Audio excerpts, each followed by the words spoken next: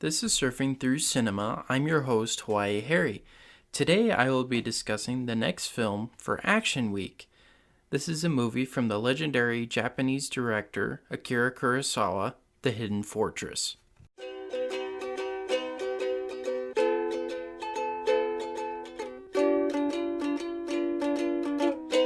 Okay, so some technical details.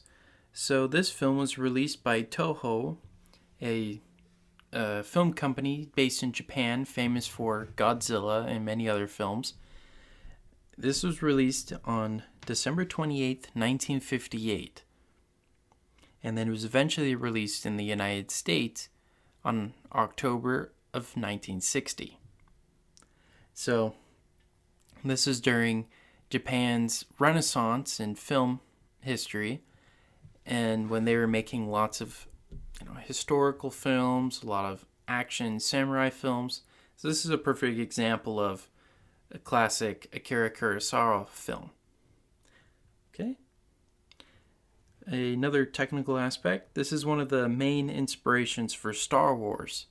So George Lucas was a huge fan of Akira Kurosawa, and he based a lot of characters and a lot of story arcs from many of Akira Kurosawa films, but mainly this one.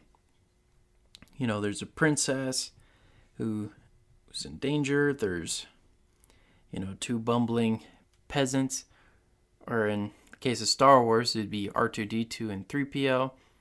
There are two sides, like a big Imperial force against a smaller group.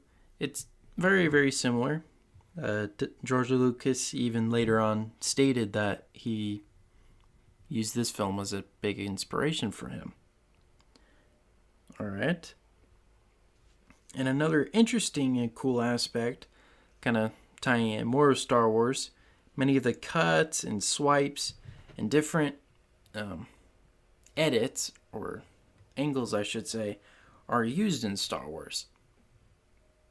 So you typically would see like the transition from one scene to the next. Usually it's in a jump cut or in a dissolve, many other different methods of it. But in these films, the entire screen literally swipes from left to right, and then it brings you into the next scene. And this technique was used to kind of continually make it look like it was a moving painting. Kind of like in the olden days of Japan, they used to have those large and huge paintings, so wanted to give Akira Kurosawa used that to give that effect. All right. So let's get into the plot. There are two peasants who are escaping from prison, and they find gold in a river. They meet a man who is actually a general from the individuals who lost in a huge battle between the two groups, and the peasants decide to help escort him along with the princess, who they don't know is the princess, and she's posing as a mute, and they're trying to get through enemy territory so that the princess can get both herself and the last of her family fortune safely across enemy territory. And I won't tell how it ends. I kind of want to leave that in the air so that you all have the opportunity to see it for yourself. But I think it was a funny climax. I think it was a good ending. So, recommend it. Yeah, so kind of funny story about how I came across the version of the movie I have. So I collect VHS tapes. I'm kind of old school and kind of a geek with that. And I've been wanting to watch the movie for a while, and it was really, really expensive. At least for me, I'm a poor college student, so anything above $20 is expensive. And I found on Amazon that they have a copy of the film for $6 on a VHS tape. And I thought, great. I have a VCR. I can watch it on my big screen TV. This is great. And Sadly, when it comes to a lot of movies, especially ones shot in widescreen, or in this case, Toho scope, which was basically a widescreen format that Japan developed, it was formatted to fit a standard definition screen. So like the old box TVs. And so normally that's not a big deal for me. A lot of old films were filmed that way. So you kind of get used to it and whatnot. I thought it was fine. But this specific version went a step further. And not only did they crop it in, to format it to fit in a standard definition TV, they also cut up in the bottom of the screen, so it was kind of a small rectangle. And the reason why they did that is so they could fit in the subtitles without it being, white out, without it being blurred out from movement of the characters, the white scenery. I imagine that's why they did it. It's a black and white film, so I imagine white text wouldn't look so good on a lot of the scenery in it. There's a lot of white background. So I understand why they did it, but it was just kind of funny and kind of sad because a lot of the foreground characters and a lot of the foreground scenery you're supposed to see in it were cut out because they had to add in the subtitles. And so it was kind of hard to tell what was going on sometimes. So the bottom line is I don't recommend watching the VHS tape version of it like I did, at least that specific one. I recommend watching it digitally or watching it on Amazon. And from what I found, you can only watch it by buying it. None of the streaming services have it. I think the Criterion Collection has it on their streaming service, but that's a whole nother one you'd have to purchase and rent every month. So I think the best way is to see it on DVD or Blu-ray, but definitely not the version I saw of it. So luckily I'd already known the story about it. I've already seen it many, many years ago when I was a younger kid. At least parts of it. I can't remember if it was the actual full film or if it was just parts of it within like a Star Wars documentary with George Lucas talking about it and just showing clips. I can't remember specifically, but I do remember a lot of the scenes within it. But I can't quite remember which it was. But that's beside the point. I knew what was going on. It's a pretty awesome samurai film if you're into those, or action films. I think it's really good at that. Akira Kurosawa was known for that. That is his forte, is to do films like that. And this one's a little bit different from the ones he had done in the past. See, he was mainly known for his really serious action roles, his serious action films. But in this case, it was pretty serious, but also had some comedy and lightheartedness to it. So it seems more like an adventure film than it does a war film that he typically would do. And it's definitely within his unique style. He was known for doing the, rather than what was popular at the time in Japan, of doing the 18th and 19th century samurai, he was known for doing more 16th and 17th century Ronin style. So samurai without masters. And I think it's really cool. I'm still going to continue watching his other films. I personally haven't seen any of them. I hear a lot though about Seven Samurai and Yojimbo and Ronin. I'm sorry, Rashomon. There are Ronins in it though, but Rashomon. I've heard some good things about a lot of them, but yeah, I'd like to check them out. So that's what I wanted to discuss with the plot and technical details. So we're going to go on a break real quick, and here's a message from our sponsor. This podcast is brought to you by Anchor. If you haven't heard about Anchor, it's the easiest way to make a podcast. Here's how. It's totally free. There are tools that allow you to record and edit your podcast from your computer and even your cell phone. But that's not all. Anchor distributes your podcast for you so it can be heard on Spotify, Apple Podcasts, and many, many more. You could even make money from your podcast with no minimum listenership. Anchor is everything you need to make a complete podcast all in one small place. So go on and download the Anchor app or go to anchor.fm to get started today. Okay, so we're back from our break, and now I'm going to get to some critical and my personal views on The Hidden Fortress. So it has a 97% on Rotten Tomatoes. That's what critics have given it. And the audiences have given it a 93%. So generally speaking, people like this film. And the critics and the people seem to be united with it. And the film has mainly gained popularity over the years. You know, at the time, it was popular in Japan, but not so much so here in America, like Seven Samurai and Rashomon. So it's gained more popularity over the years because of it being labeled as the inspiration for Star Wars.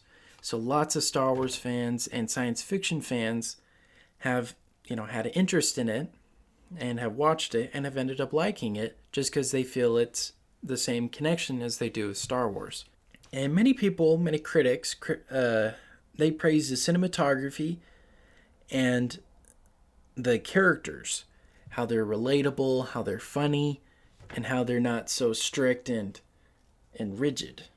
Interestingly enough, though, as I was doing research on this, there aren't a whole lot of YouTube or any other reviews on it. And there are some, but there aren't any of the contemporary YouTubers who have reviewed it. Now, this could very well have been just my, improper searching or maybe not checking the right places.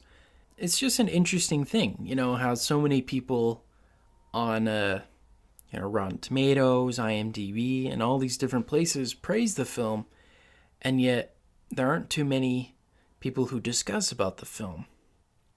So that's an interesting aspect of it, as I did research on it. Now let's get into my view of it. I really like the peasant characters, and I have a hard time pronouncing their names, so I'm not going to butcher them, but I thought they were hilarious. They were always screaming and shouting at each other and trying to be the tough guy, but then when it actually came to it, when the actual tough guy came around, the general, they kind of whimpered and quivered away in fear, were kind of wussies. It was really funny. They were definitely a good comic relief. Supposedly they're the inspiration for R2-D2 and C-3PO, and I could kind of see that. One of them, the taller one, seems more, analytical and more straightforward, kind of like C-3PO. And then the other one, well, I guess he's like R2-D2. R2-D2 doesn't really talk, but he's kind of sassy.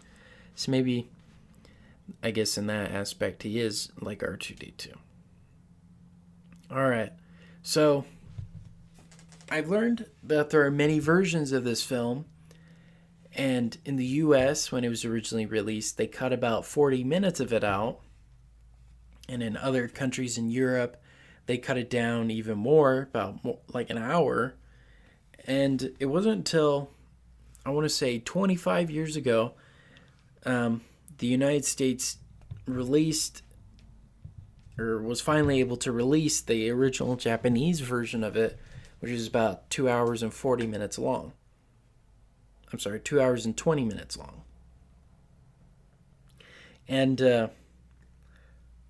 I personally think it kind of dragged on for a while. There were some really, really slow moments.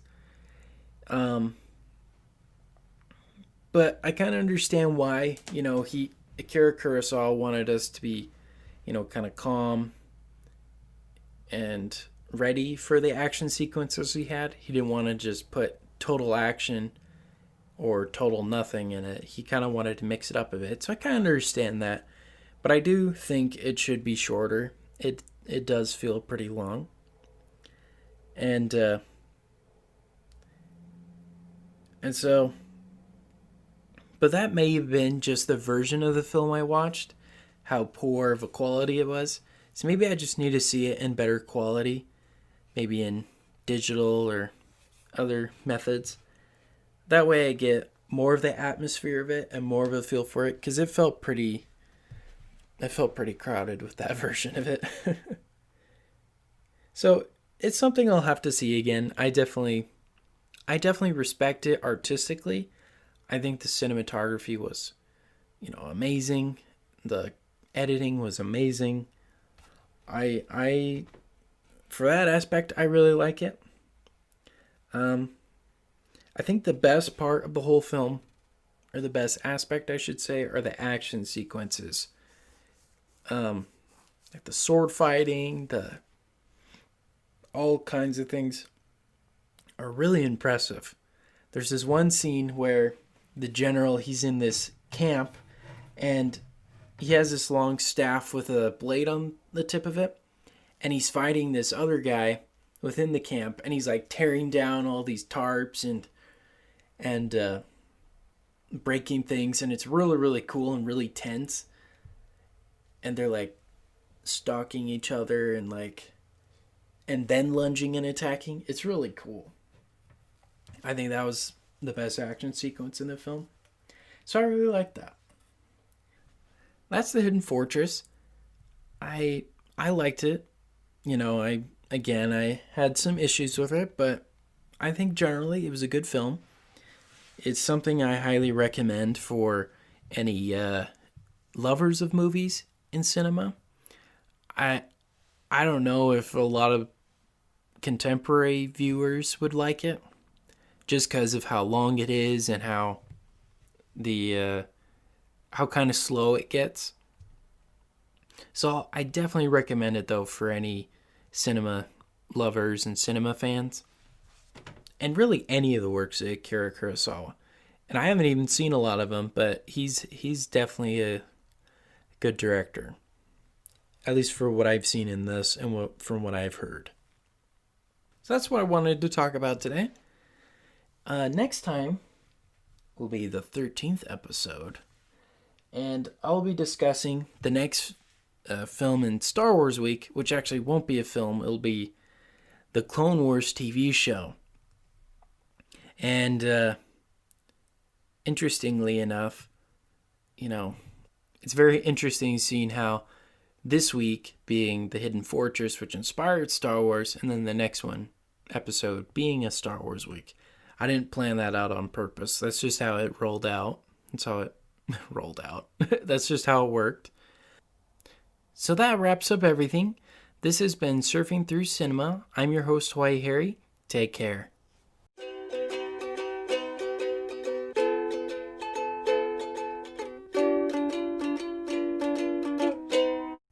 Thank you for listening to Surfing Through Cinema. Make sure to check us out on Facebook at Surfing Through Cinema with Hawaii Harry, and on Instagram with Surfing Through Cinema. We also have a website, www.anchor.fm/Surfing Through Cinema, where you can learn more details on upcoming episodes and on past episodes.